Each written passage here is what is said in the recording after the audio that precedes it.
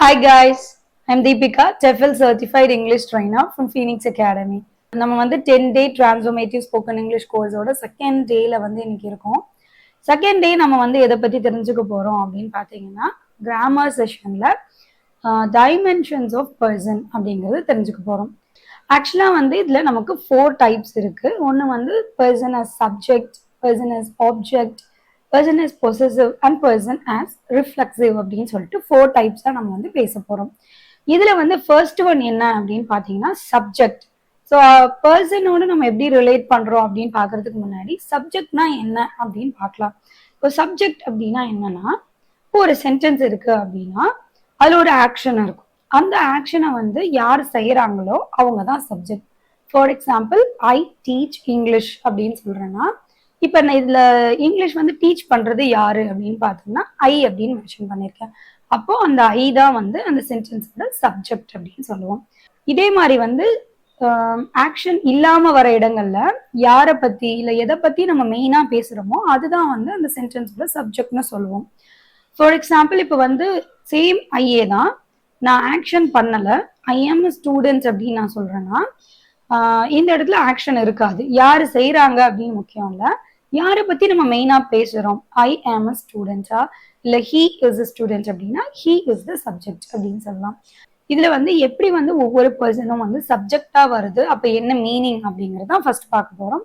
So நம்மளோட first table எப்படி இருக்கும்னு பார்த்தீங்கன்னா, ஃபர்ஸ்ட் வந்து என்ன பர்சன், சிங்குலரா இருந்தா எப்படி சொல்லுவோம், ப்ளூரலா இருந்தா எப்படி சொல்லுவோம் அப்படின்னு பார்க்கலாம்.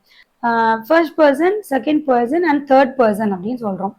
இப்போ இதுல ஃபர்ஸ்ட் பர்சன் அப்படின்னா யாரு அப்படின்னு பாத்தீங்கன்னா, நம்மளை பத்தி பேசுறது வந்து ஃபர்ஸ்ட் பர்சன் அப்படின்னு சொல்லணும். இப்ப நம்ம வந்து ஒரே ஒருத்தர் தான் இருக்கோம் அப்படின்னா அப்போ ஐ அப்படின்னு சொல்லுவோம். நான் நம்மளை பத்தி பேசுறதுல நம்ம ஒருத்தர் தான் இருக்கோம் அப்படின்னா ஐ. இதே வந்து நிறைய பேர் இருக்கோம் அப்படின்னா என்ன சொல்லுவோம், நம்ம தமிழ்ல வந்து நாம் அல்லது நாங்கள் அப்படின்னு சொல்லுவோம். இதுக்கு வந்து இங்கிலீஷ்ல வந்து வீன்னு சொல்லணும், வி. ஸோ ஐ, வி, இது ரெண்டும் வந்து ஃபர்ஸ்ட் பர்சன் அப்படின்னு சொல்லுவோம். செகண்ட் பர்சன் அப்படிங்கிறவங்க யாருன்னு பார்த்தீங்கன்னா, உங்களுக்கு ஆப்போசிட்ல இருக்கவங்க வந்து உங்களோட செகண்ட் பர்சன். இப்போ நீங்க எனக்கு ஆப்போசிட்ல இருக்கீங்க அப்படின்னா ஒருத்தர் தான் நம்ம யூன்னு சொல்லுவோம். நிறைய பேர் இருந்தாலும் இங்கிலீஷ்ல வந்து யூன்னு தான் சொல்லுவோம். சிங்குலர் ப்ளூரல் ரெண்டுமே வந்து யூ தான். அப்போ நீ, நீங்கள், இது ரெண்டுமே வந்து யூ அப்படின்னு தான் சொல்லணும். இப்போ தேர்ட் பர்சன் அப்படிங்கிறவங்க வந்து பாத்தீங்கன்னா அவன், அவள், அது அப்படின்னு சொல்லுவோம் இல்லையா, இதெல்லாம் தான் வந்து தேர்ட் பர்சன் அப்படின்னு சொல்லுவோம். அவன் அப்படின்றது வந்து ஹி, அவள்னா ஷி, அண்ட் வந்து அது அப்படின்னு சொல்றதுக்கு வந்து இட்ன்னு சொல்லுவோம். அதுன்றது வந்து இந்த இடத்துல வந்து பொருட்களுக்கும் யூஸ் பண்ணலாம். அண்ட் தென் வந்து நம்ம அனிமல்ஸ், பேர்ட்ஸ் இதை பத்தி பேசும்போதும் நம்ம வந்து இட் அப்படிங்கிறத யூஸ் பண்ண முடியும். அண்ட் வந்து பாத்தீங்கன்னா இப்போ இது எல்லாமே, இப்போ ஒரு நபர் அங்க இருக்காருன்னா ஹி அப்படின்னு நம்ம சொல்றோம். அவன் அல்லது அவர் அப்படின்னு சொல்றதுக்கு ஹீன்னு சொல்லுவோம். 2-3 பேர், நிறைய பேர் இருக்காங்க அப்படின்னா அப்போ வந்து நம்ம தே அப்படின்னு யூஸ் பண்ணணும். அவர்கள், அவைகள் அப்படின்னாலும் தே தான். பொருட்கள் நிறைய இருக்கு இல்ல வந்து ஒரு பறவைகள், விலங்குகள் நிறைய இருக்கு அப்படின்னு சொல்லும் போது அப்பயும் வந்து தேன்னு தான் நம்ம அட்ரஸ் பண்ணணும். தமிழ்ல வந்து விலங்குகள் ஒரு மாதிரியும் மனிதர்களுக்கு வந்து மரியாதையாகவும் பேசுவோம். பட் இங்கிலீஷ்ல வந்து பாத்தீங்கன்னா அவன்னாலும் ஹீ தான், அவர் அப்படின்னு சொல்றதா இருந்தாலும் நம்ம ஹீ அப்படின்னு தான் யூஸ் பண்ணுவோம்.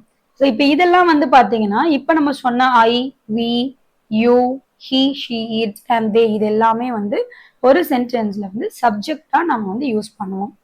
இப்ப இதே பர்சன்ஸ் வந்து சப்ஜெக்ட்ல இருந்து ஆப்ஜெக்டா மாறுது அப்படிங்கும்போது நம்ம அந்த இடத்துலயும் ஐனா ஐனே யூஸ் பண்ண முடியாது.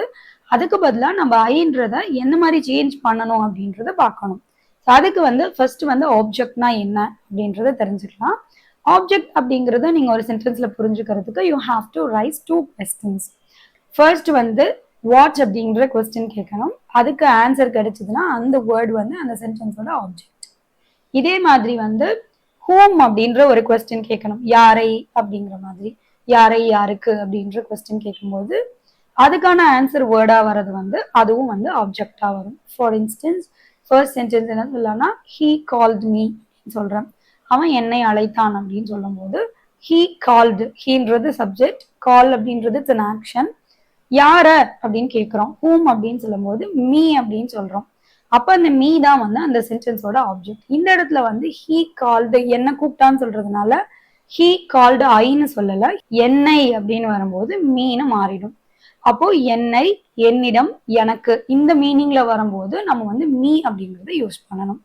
அப்போ நம்ம முன்னாடி சொன்னதுதான் ஃபர்ஸ்ட் பர்சன்றது நம்மளை பத்தி, செகண்ட் பர்சன் நம்ம ஆப்போசிட்ல இருக்கவங்க, அண்ட் தென் தேர்ட் பர்சன் அப்படிங்கிறது அவன் அவள் அது அந்த மாதிரி சொல்லும் போது நம்ம தேர்ட் பர்சன் அப்படின்னு சொன்னோம்.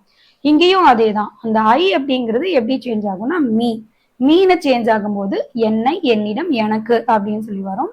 இதே மாதிரி வந்து அஸ் அப்படின்னு சொல்லுவோம் ப்ளூரல்ல, எங்களை, எங்களிடம், எங்களுக்கு அப்படின்னு வரும்போது அஸ் அப்படிங்கிற வேர்டை யூஸ் பண்ணணும். இதே மாதிரிதான் வந்து செகண்ட் பர்சன்ல யூ அப்படின்னா உன்னை, உன்னிடம், உனக்கு. இதே வந்து நம்ம ப்ளூரல்ல உங்களை, உங்களிடம், உங்களுக்கு இந்த மீனிங்ல வரும்போது யூ அப்படின்னு தான் யூஸ் பண்ணணும். அண்ட் ஹி, ஷி, இட் இதெல்லாம் எப்படி சேஞ்ச் ஆகும்னு பாத்தீங்கன்னா ஹி அப்படிங்கிறது ஹிம் அப்படின்னு வரும். நான் வந்து அவனிடம் ஒரு புத்தகம் கொடுத்தேன் அப்படின்னா I gave him a book. So அப்ப அந்த இடத்துல ஐ கேவ் ஹீன்னு சொல்ல மாட்டோம், I gave him a book. நான் அவன்கிட்ட அந்த புக் வந்து கொடுத்தேன்னு சொல்றோம். அப்ப அவனிடம் அப்படின்றதுக்கும் ஹிம் தான் வரும். அண்ட் வந்து ஹரும் வந்து பாத்தீங்கன்னா அவளை, அவளிடம், அவளுக்கு அப்படின்னு வரும்போது ஹர் அப்படின்றத யூஸ் பண்ணணும். அண்ட் வந்து இட்டுக்கு வந்து இட்டே தான், அகேன் இட்டு தான் வரும். ப்ளூரல்ல வந்து அவர்களிடம், அவைகளிடம், இல்ல வந்து அவர்களுக்கு, அவைகளுக்கு அப்படின்னு சொல்றதுக்கெல்லாம் வந்து நம்ம தெம் அப்படின்றத யூஸ் பண்ணணும். சப்ஜெக்ட் நம்ம கம்ப்ளீட் பண்ணிட்டோம். சப்ஜெக்ட் அப்படிங்கிறது ஒரு சென்டென்ஸ்ல நம்ம யாரை பத்தி பேசுறோம், இல்ல ஒரு ஆக்ஷன் இருக்குன்னா அந்த ஆக்ஷனை யார் செய்யறாங்க அவங்க தான் வந்து சப்ஜெக்ட் அப்படிங்கிறத புரிஞ்சுக்கிட்டோம். அண்ட் தென் ஆப்ஜெக்ட் அப்படின்னா என்ன அர்த்தம்னா இந்த மாதிரி ஃபார்ம்ல வரும்போது என்னை, என்னிடம், எனக்கு இப்படின்ற ஃபார்ம்ல சேஞ்ச் ஆகும்போது அது ஒரு சென்டென்ஸ்ல ஆப்ஜெக்டா இருக்கும் அப்படிங்கிறதும் பார்த்தோம். இப்போ நெக்ஸ்ட் ஒன் பாத்தீங்கன்னா person as possessive and person as reflexive. இதுல வந்து பொசசிவ் அப்படின்னா என்ன அர்த்தம்? நம்ம இந்த வேர்ட் வந்து ஆல்ரெடி கேள்விப்பட்டிருக்கோம். பொசசிவ் அப்படின்னா அவங்க ரொம்ப பொசசிவா இருக்காங்க அந்த மாதிரிலாம் சொல்லுவோம் இல்லையா? அப்படின்னா என்ன அர்த்தம் அப்படின்னா எனக்கு தான், என்னது அப்படின்லாம் சொல்றதுக்கு நம்ம பொசசிவ் அப்படின்னு சொல்லுவோம். இப்ப நான் சொன்னோம் என்னை அப்படிங்கும் போது மீன் மாறுச்சு அப்படின்னு பார்த்தோம். இதே வந்து என்னோடது அப்படின்னு நான் சொல்றதா இருந்தா ரெண்டு விதமா நான் அதை வந்து சொல்லலாம். ஒண்ணு வந்து மை அப்படின்னு சொல்லணும், இன்னொன்னு வந்து பாத்தீங்கன்னா மைன் அப்படின்னு சொல்லுவோம். இதுக்கு என்ன டிஃப்ரென்ஸ்னா மைனா என்னுடைய அப்படின்னு அர்த்தம், மைன் அப்படின்னா என்னுடையதுன்னு அர்த்தம்.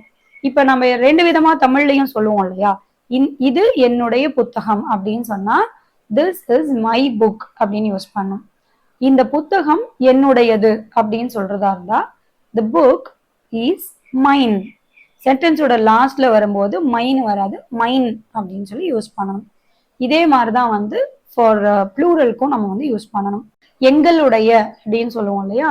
இந்தியா இஸ் அவர் கண்ட்ரி அப்படின்னு சொல்லுவோமா? இந்தியா இஸ் அவர் கண்ட்ரி அப்படின்னு சொல்லும் போது அவர்னு யூஸ் பண்றோம். அப்படின்னா எங்களுடைய நாடு அப்படின்னு அர்த்தம். இதே மாதிரிதான் ரெஸ்ட் ஆஃப் த பர்சனுக்கும் நம்ம யூஸ் பண்ணோம். யுவர் அப்படின்னா உன்னுடைய, யுவர்ஸ்னா உங்களுடையது. இதே மாதிரி ப்ளூரல்ல யுவர், யுவர்ஸ்.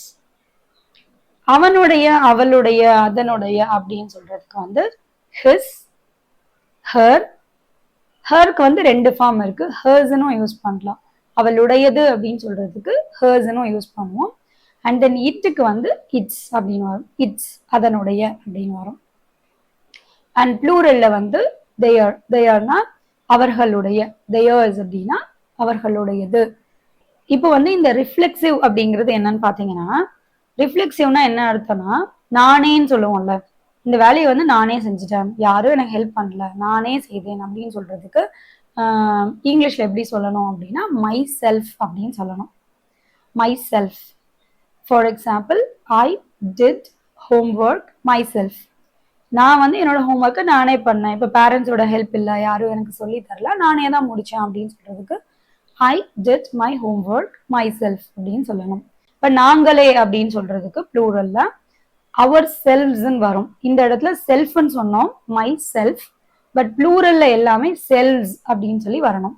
இதே மாதிரி வந்து நீயே அப்படின்னு சொல்றதுக்கு யுவர் செல்ஃப், நீங்களே அப்படின்னா யுவர் செல்வ்ஸ் அப்படின்னு அர்த்தம். அதே மாதிரி himself, herself, itself, themselves. So plural எல்லாமே செல்வ்ஸ்ன்னு சொல்லணும், சிங்குலர் எல்லாமே செல்ஃப் அப்படின்னு சொல்லி யூஸ் பண்ணணும். ஸோ இன்னைக்கு வந்து இந்த பர்சன் பத்தி பேசிக்ஸ் தெரியாதவங்களுக்கு ரொம்பவே கிளியரா புரிஞ்சிருக்கும். சப்ஜெக்ட்னா எப்படி, எந்த இடத்துல யூஸ் பண்ணணும், அதே மாதிரி ஆப்ஜெக்ட் அப்படிங்கிறத ஒரு சென்டென்ஸ்ல எப்படி வந்து ஐடென்டிஃபை பண்ணணும், அண்ட் வந்து எப்படி வந்து அந்த பர்சன் வந்து சேஞ்ச் ஆகுது, ஐங்கிறது எப்படி மீயா மாறி இருக்கு அப்படிங்கிறத பார்த்தோம். அதே மாதிரி பொசசிவ்னா என்னோடது அப்படின்னு சொல்லும் போது பொசசிவ்ல பேசணும். ரிஃப்ளெக்சிவ் ஃபார்ம் நானே, நீயே, நீங்களே அப்படிங்கிறது எப்படின்றத பார்த்தோம். இன்னைக்கு லெசன் வந்து உங்களுக்கு கண்டிப்பா புரிஞ்சிருக்கும் அப்படின்னு நம்புறேன். இப்போ நம்ம வந்து வொக்காபுலரி செஷன் போலாம்.